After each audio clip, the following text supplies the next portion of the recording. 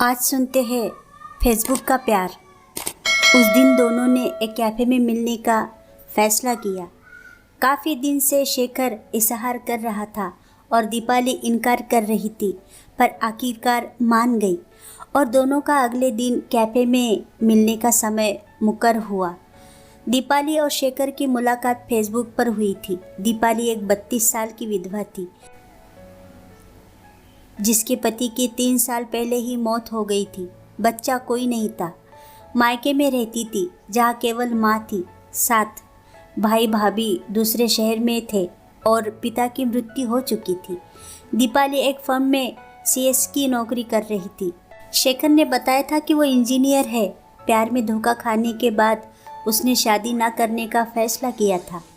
घर में भाई भाभी है, पापा मम्मी रहे नहीं। दीपाली और शेखर पहले से दोस्त बने, फिर दोस्ती से कुछ आगे। दोनों एक दूसरे को पसंद करने लगे। अब जब उन दोनों को फ़ोन और चैट से बात करते 2 साल हो गए थे, तो उन्होंने कैफ़े में मिलने का डिसाइड किया था। दोनों ने एक दूसरे की फ़ोटो देखी थी तो पहचानते थे दोनों। दीपाली जहाँ दिल्ली में रहती थी, वही शेखर गाज़ियाबाद में। हेलो दीपाली, कैसी हो? कैफ़े में शेखर का इंतज़ार करते हुए दीपाली इस आवाज़ के साथ पलटी। हेलो शेखर, मैं ठीक हूँ, और तुम? दीपाली मुस्कुराकर बोली। शेखर ने काफ़े और स्नैक्स का ऑर्डर दिया और दोनों बातें करने लगे। आगे क्या इरादा है दीपाली तुम्हारा अब? शेखर ने अचानक दीपाली का हाथ अपने हाथ में लेकर कहा। मतलब? दीपाली ने अनजान बनते हुए पूछा। मतलब हमें एक दूसरे को जानते इतना वक्त हो गया, हम दोनों एक दूसरे को पसंद भी करते हैं, तो अब आगे शादी का क्या इरादा है? शेखर ने पूछा। शेखर, मैं एक विधवा हूँ, ये तुमने अपने परिवार को बताया? दीपाली ने पूछा। अरे दीपाली, इसमें बताने जैसी क्या बात है? मेरे भाई भाभी को क्या एतराज़ होगा? शेखर बोला। हम तो कब आ रहे हैं तुम्हारे भैया भाभी मेरी माँ से मिलने? दीपाली ने फिर पूछा। देखो दीपाली, अभी तो वो शहर से बाहर गए हैं। जैसे ही वो आते हैं पहले मैं तुम्हें उनसे मिलवा देता हूँ, फिर तुम्हारे घर आ जाएंगे वो, शेखर प्यार से बोला। ठीक है, अब जल्दी काफ़ी ख़त्म करो, घर जाना है मुझे, दीपाली बोली। अरे यार, इतनी जल्दी क्या है, थोड़ी प्यार भरी बातें तो करो, आखिरकार पति पत्नी बनने वाले हैं हम, शेखर दीपाली का हाथ चूमते हुए बोला। दीपाली शर्मा के खुद में सिमट गई। थोड़ी देर बाद वो चलने को खड़ी हुई। अरे यार, शिट, मैं अपना पर्स तो घर भूल आया शायद, शेखर जेब में हाथ डालते हुए बोला। कोई बात नहीं, बिल मैं पे कर लेती हूँ, दीपाली प्यार से बोली। पर तुम क्यों? कैसे इतनी बड़ी गलती कर बैठा मैं? पहली बार हम मिले और ये इम्प्रेशन पड़ा मेरा, शेखर रुआस होता हुआ बोला। कोई बात नहीं शेखर, एक ही बात है, आखिरकार हम पति पत्नी बनने वाले हैं, दीपाली मुस्कुराकर बोली और बिल पे कर दिया। दोनों एक दूसरे से फिर मिलने का वादा कर विदा हो गए। आज शेखर ने दीपाली को मॉल में मिलने बुलाया, ये बोल के कि वो दीपाली को शॉपिंग करवाएगा। दीपाली देखो, ये ड्रेस बहुत सूट करेंगी तुम पर, एक गाउन पसंद करते हुए शेखर बोला। ठीक है, तुम कहते हो तो ले लेते हैं, दीपाली मुस्कुरा दी। दोनों ने खूब सारी शॉपिंग की। हालांकि दीपाली ने 2 ड्रेस ली और शेखर ने 4 शर्ट, 2 जीन्स, शूज़। दीपाली, मुझे फ़ोन लेना है, चलो लगे हाथ वो भी ले लेते हैं। सब मैं अभी आता हूँ, बिल तभी कटवा दूंगा, शेखर बोला। ठीक है शेखर, दीपाली ने कहा। शेखर काफ़ी देर नहीं आया तो अपने कार्ड से पेमेंट कर दीपाली मोबाइल सेंटर की तरफ बढ़ी। वहाँ शेखर उसे दरवाजे पर ही मिल गया। ले लिया फ़ोन? दीपाली ने पूछा। नहीं दीपाली, एक्चुअली मेरा कार्ड ब्लॉक हो गया है, बैंक में केवाईसी नहीं करवाया था और कैश मेरे पास है ही नहीं, इतना हमें ड्रेसेस भी अभी वापस करना पड़ेंगी, शेखर शर्मिंदा हो बोला। अरे ऐसे कैसे, ड्रेस के पैसे मैंने कटवा दिए, तुम मोबाइल भी ले लो, जो तुम्हें पसंद है लो मेरा कार्ड, दीपाली अपना कार्ड देती हुए बोली। नहीं दीपाली, ऐसे नहीं, चलो तुम यहाँ से, शेखर दीपाली का हाथ पकड़कर बोला। शेखर प्लीज़, हम पति पत्नी बनने वाले हैं तो दोनों का पैसा अलग थोड़ी है, दीपाली ने कहा और उसे मोबाइल शॉप पर ले आई। ठीक है, मेरा कार्ड ओपन होते ही सब पैसे दे दूंगा मैं, शेखर बोला। ठीक है बाबा, अभी चलो, दीपाली बोली। शेखर ने 40,000 का फ़ोन पसंद किया। ऐसे ही कई मौके आए जहां दीपाली को ही पेमेंट करनी पड़ी, पर दीपाली ने इसको ज़्यादा तुल नहीं दिया। ऐसे ही वक्त बीतता रहा।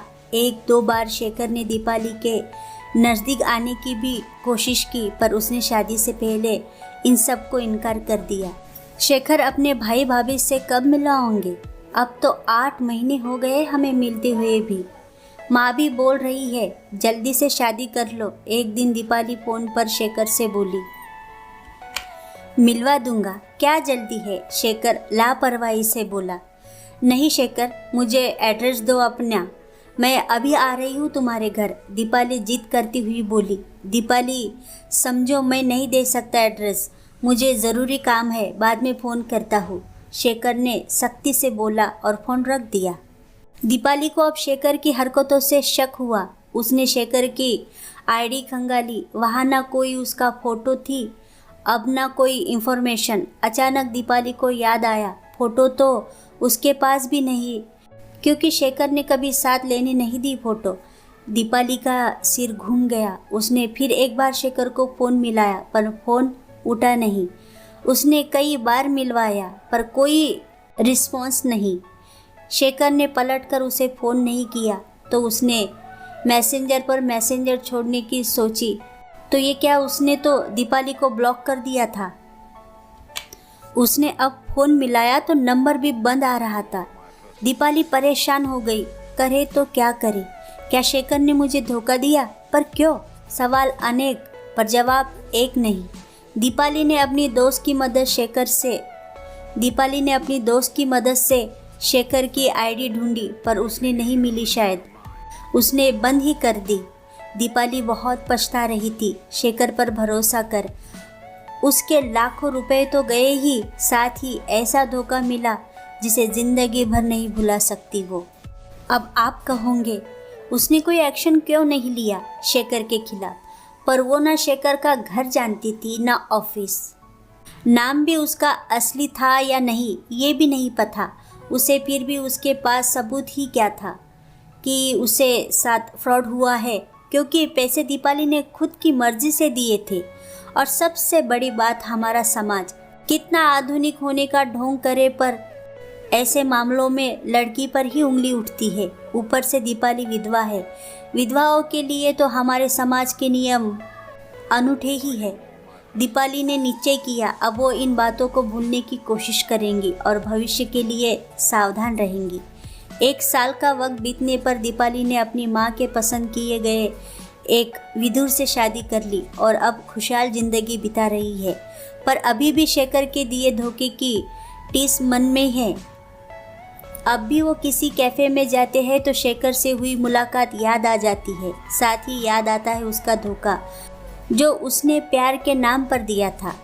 तो दोस्तों, प्यार करना गलत नहीं, पर फेसबुक के प्यार पर बहुत सोच समझकर विश्वास करना चाहिए, क्योंकि यहाँ कुछ लोग दोहरी ज़िंदगी जीते हैं और अपने मतलब के लिए दीपाली जैसे मासूम लड़कियों की फिराक में रहते हैं कि कब उनका शिकार कर सके। और मासूम लड़कियाँ झूठे प्यार को सच मान अपना पैसा तो लुटा ही देती है, साथ साथ बहुत सी लड़कियाँ इज्जत तक लुटा देती है। और फिर शुरू होता है ब्लैकमेलिंग का कभी न ख़त्म होने वाला सिलसिला। ये कहानी सुनाने का मकसद है ऐसी लड़कियों को आगाह करना कि किसी पर यकीन सोच समझ कर करे। आशा है ये कहानी आपको पसंद आई होंगी। प्लीज़ मुझे कमेंट बॉक्स में ज़रूर लिखिएगा। हो सके तो एक सब्सक्राइब बटन ज़रूर दबा दीजिएगा। Thank you so much.